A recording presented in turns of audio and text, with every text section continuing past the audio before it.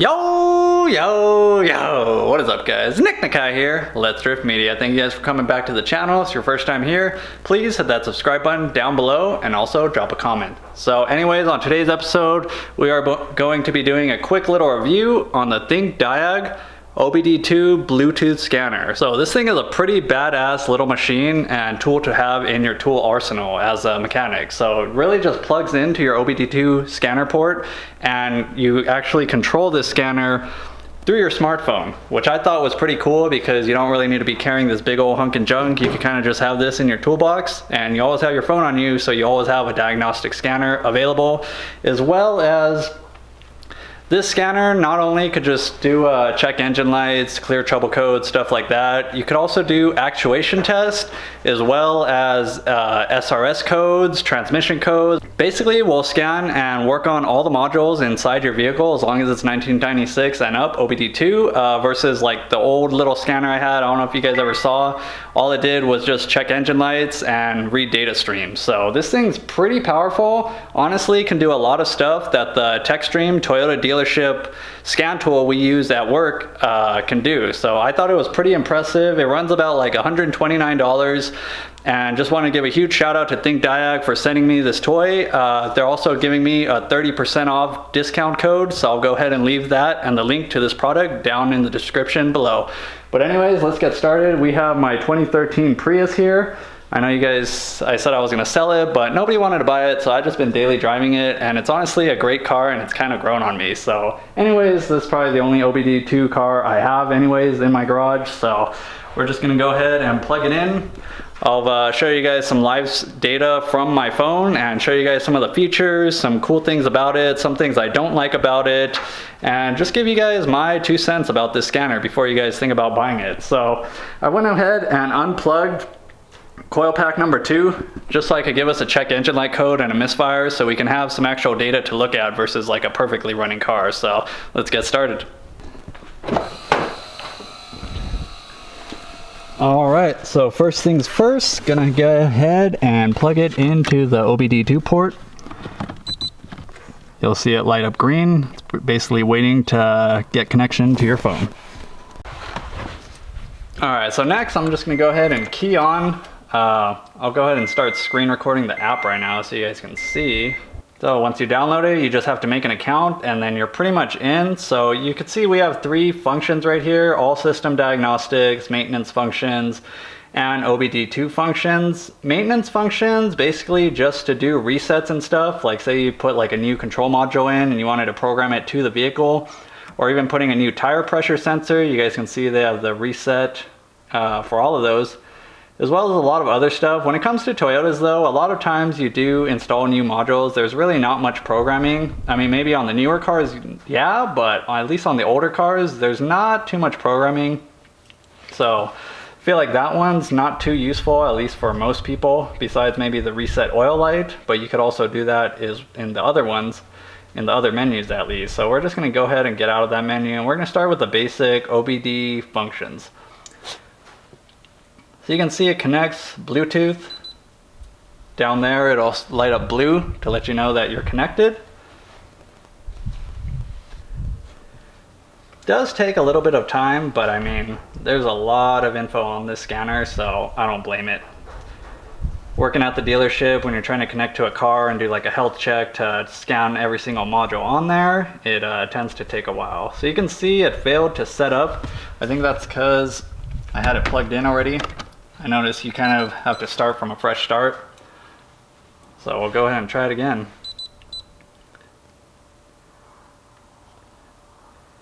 One thing too I noticed when you're cycling between key on, key off, engine on, it tends to lose connection. So sometimes you kind of have to just start from scratch, unplug it, plug it back in, cycle the ignition, and then you're good.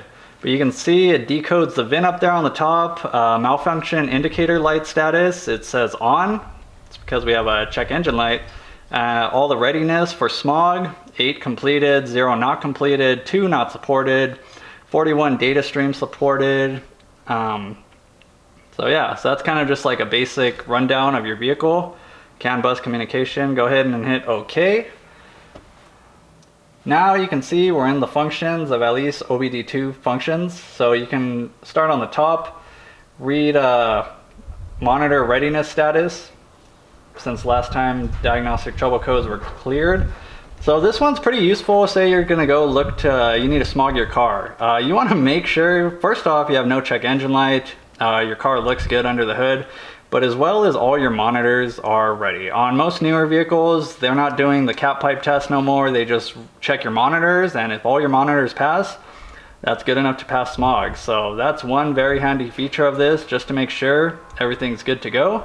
So that one's pretty important because you don't want to go and smog your car and then see the catalyst monitor hasn't set yet and it's not ready, and then you're not going to be able to pass smog, and then you just wasted your time going to smog that vehicle.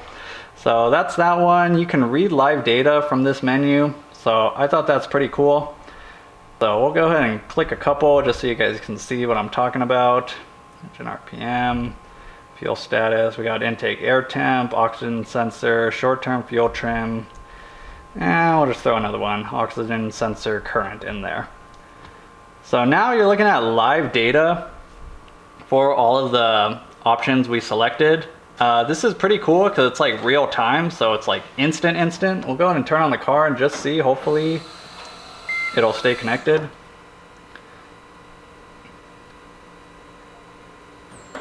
Go ahead and rotate the engine.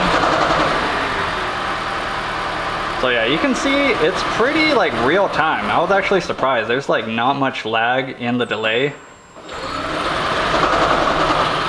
Obviously misfiring right now because I unplugged the coil pack. But another cool feature you can do with this, if say you wanted to see it on a graph data, you can go ahead and combine them. Combine up to 4, I believe. It won't let you put more than 4 on a graph, so that is kind of shitty. But I mean, normally you shouldn't really, there's not too many times I would say that you actually need to have more than 4 on a graph. Usually you're just looking at the live data and that's enough to figure out what you're looking at. But the graph feature is pretty cool.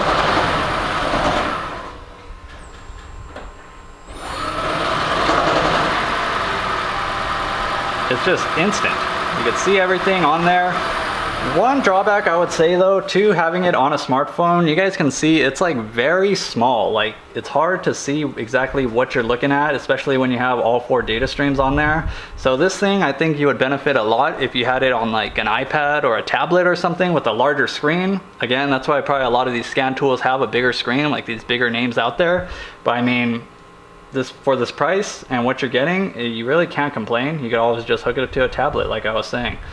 So that's the data. You could also read freeze frame data. You have to have trouble codes stored in there to actually read the data, but let's check it out. So it tells you all the information of when the check engine light occurred from this misfire that I created. So sometimes that could be very useful. Maybe you have like a car that like it only happens, this problem only happens like when you're stepping on the gas full throttle, or it only happens when the coolant temp is at a certain temp and like the car's warmed up, or it only happens on cold start. This is all useful data when it comes to troubleshooting a vehicle. So we'll go ahead and go out of that. We could read the fault code data. So we have PO352, ignition coil B, ignition coil B. I'm surprised actually there's not a misfire for 302, but probably just because I just created the misfire, it would probably pop up in a little bit. You can go ahead and clear the fault data if you wanted to. Read vehicle information, not too sure what that one does.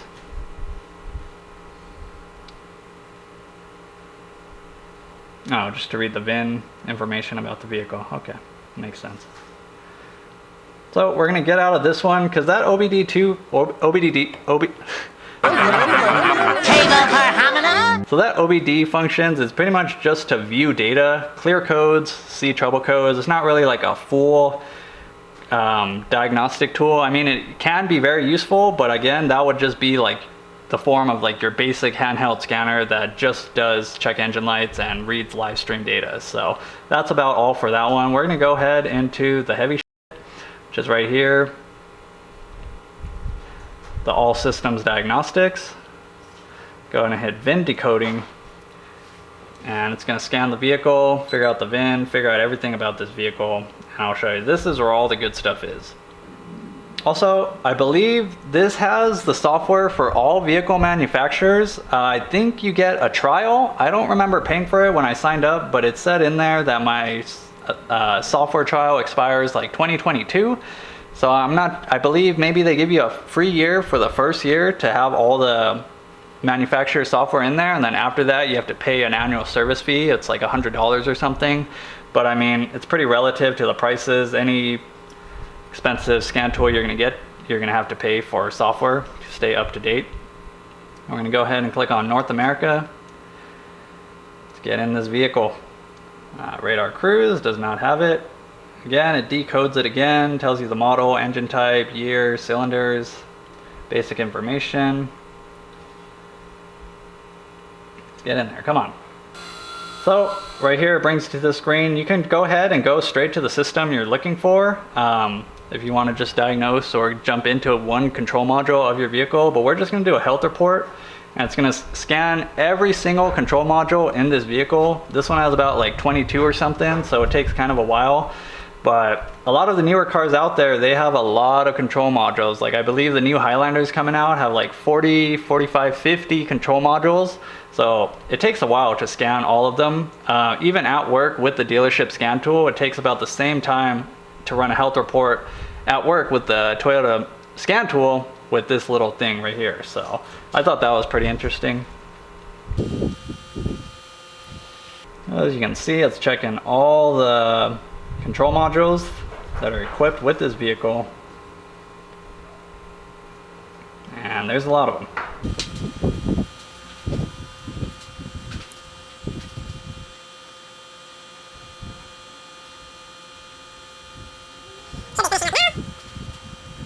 See, we have our DTCs at the top and which control modules they're stored in, and we have all the modules that don't have DTCs, but if you want to enter those, which we'll go into in a second.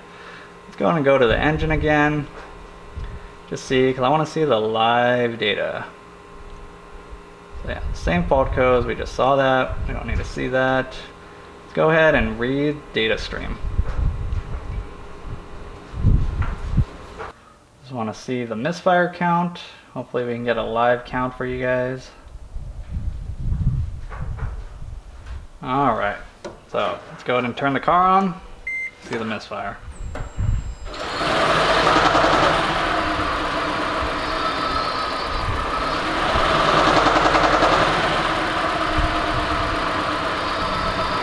Okay, so I'm not too sure what's going on, but it was just showing me a live misfire count.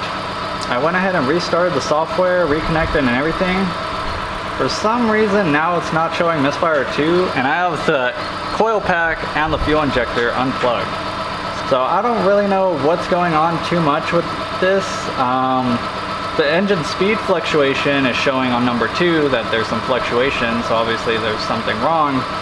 But I'm not too sure why it's not picking up the misfire when clearly this car is misfiring. So Think Diag, maybe you guys can fill me in on that, but anyways, we're just gonna go ahead and continue with this video.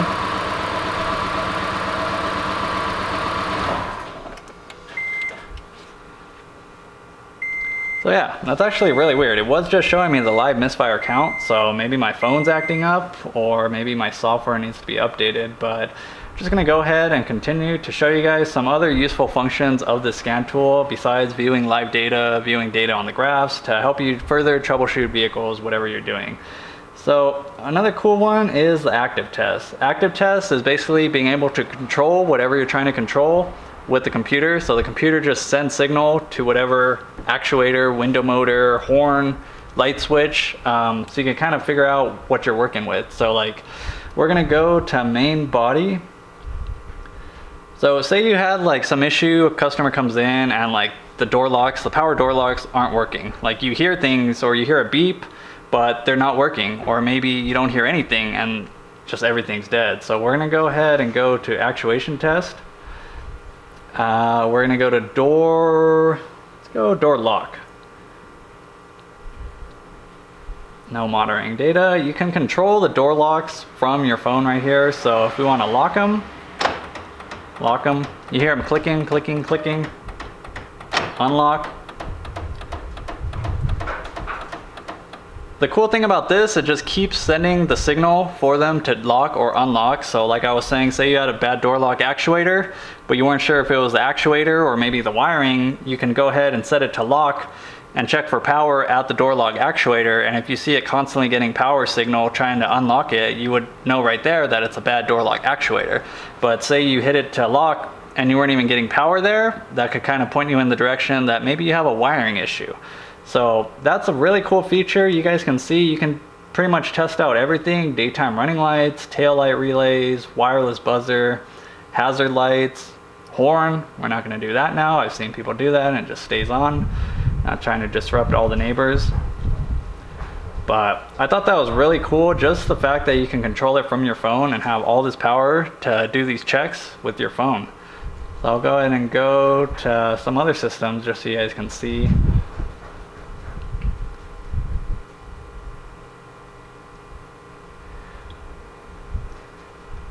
Go to engine control, actuation test.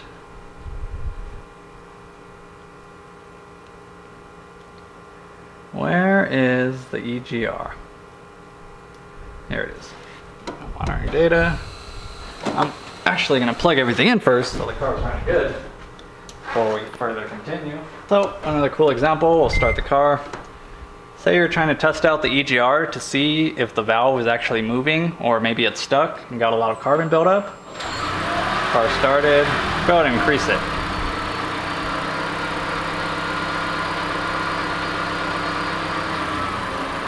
You can see the car is running a lot crappier and actually shut off because I did it too much.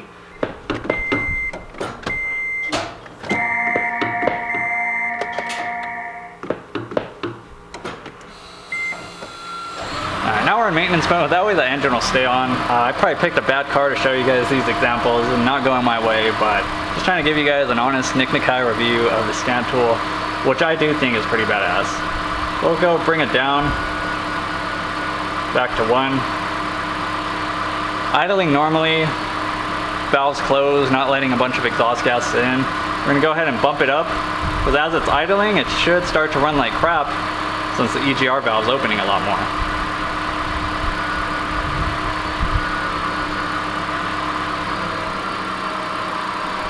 You can see it's struggling a little bit now. Now we're on 11 step, probably close to max open. Let's see if we can get this thing to stall. It's barely staying alive right now. So at least this is a good sign that our EGR is functioning properly and the valve is actually moving. If we had no change in idle, we would know that something's up with this EGR, whether the wiring going to it is not sending the signal or the valve is just stuck and not moving. It would indicate a problem. So those are just some of the features that I showed you. I'm sorry the misfire count didn't really go as planned. I really don't know what's going on with that, but like I said, pretty handy dandy pocket tool to have in your arsenal, because like you guys saw, there's so much stuff you can control. Oh my god. There's so many modules that you can take control of, view data, see what you're looking at, do actuation tests, and it really just comes in handy when you're trying to be sure on your diagnostic rather than just shotgunning apart, as a lot of people are familiar with. So that's pretty much the gist of the Think Diag OBD2 scanner. As you guys saw, there's so much more you can do with this. I just wanted to show you the gist of it, show you guys kind of the tip of the iceberg. I didn't want to make this video too long, but really is not a bad deal considering like a snap-on scanner or something like that. Even Autel is going to start minimum $500 ranging to the thousands to just have like a little pocket scanner that has the capabilities. Say you're like an at-home DIYer, it's pretty cool to have and really just helps you out when you're trying to troubleshoot cars, because there's a lot of times I've been in situations where I didn't have a fancy scanner. I just had my regular check engine light scanner and I couldn't do active tests. I couldn't control modules with the push of a button, and I just kind of ended up spending more time trying to troubleshoot the vehicles I was working on. Whereas when you have like a legit scanner or something that actually has the power to do what you're looking for, if you know what you're doing with that information, can really make your life a little bit easier. So, and real quick, just a quick recap. I'd say pros to this device: convenience, ease, it's very simple to use, and power potential and bang for your buck, because you guys saw there's a lot of cool features, there's a lot of data you guys can read with this, a lot of cool things you can do with this. Cons, I would say, is just being limited to being on such a small screen if you're using your smartphone, as well as kind of buggy software. You guys saw it crashed a couple times. That was very annoying. It wasn't too big of a buzzkill, but still does kind of suck when you're on the job trying to make money and you just have your program crashing. But maybe it could just be my phone since I have an older Samsung Galaxy, but let you guys find out for yourself. Hope you guys enjoyed this episode. Don't forget to leave a comment down below what you thought of this video, and don't forget that we have that coupon code in the description if you are interested in picking up one of these scanners.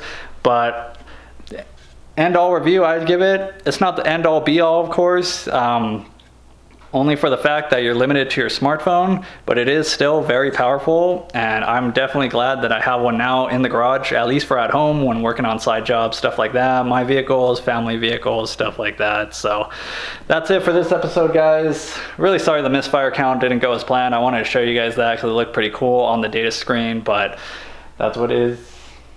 It is what it is. So that's it, guys. Hope you guys have a great rest of your week, and I'll catch you guys next time. Peace! Hey, Bill, I'm in the mood for a switch up. I hit the function, hit the rose till I hiccup. I hit the stage and leave with money that's a stick up. She picture perfect, so I told him I'm a flick up.